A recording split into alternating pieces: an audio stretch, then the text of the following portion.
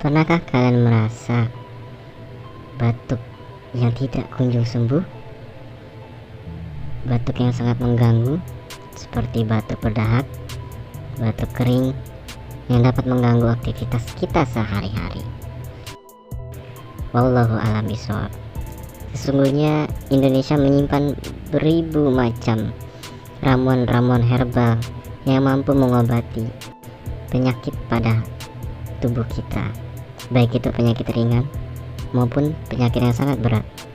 Kali ini saya akan membagikan ramuan herbal dari suku Sumatera, atau lebih tepatnya suku Melayu, untuk mengobati rasa batuk.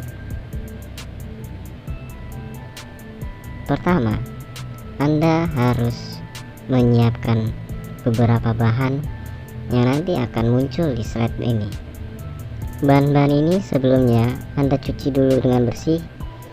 Jangan sampai kotor, dikarenakan takutnya ada bakteri ataupun sisa-sisa kotoran yang tertinggal.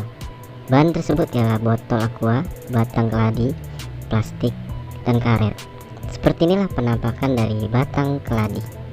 Anda dapat itu dari pasar maupun dari lingkungan sekitar. Caranya, potong tengah batang keladi, setengahnya biarkan saja. Yang kedua, masukkan ujung batang tersisa tadi ke dalam botol ikat agar airnya mengalir. Jadi yang kita masukkan dengan botol ini ialah batang yang masih tertanam, bukan batang yang kita buang. Jangan sampai salah. Kemudian tunggu dalam waktu 1 hari atau 1 malam. Biarkan airnya menurun. Setelah itu ambil, lalu bacakan sholawat syifa, lalu minum. Mengapa saya tambahkan sholawat syifa? Karena sholawat syifa ini sangat ampuh sekali untuk menyembuhkan penyakit. Seperti inilah bacaannya, yang artinya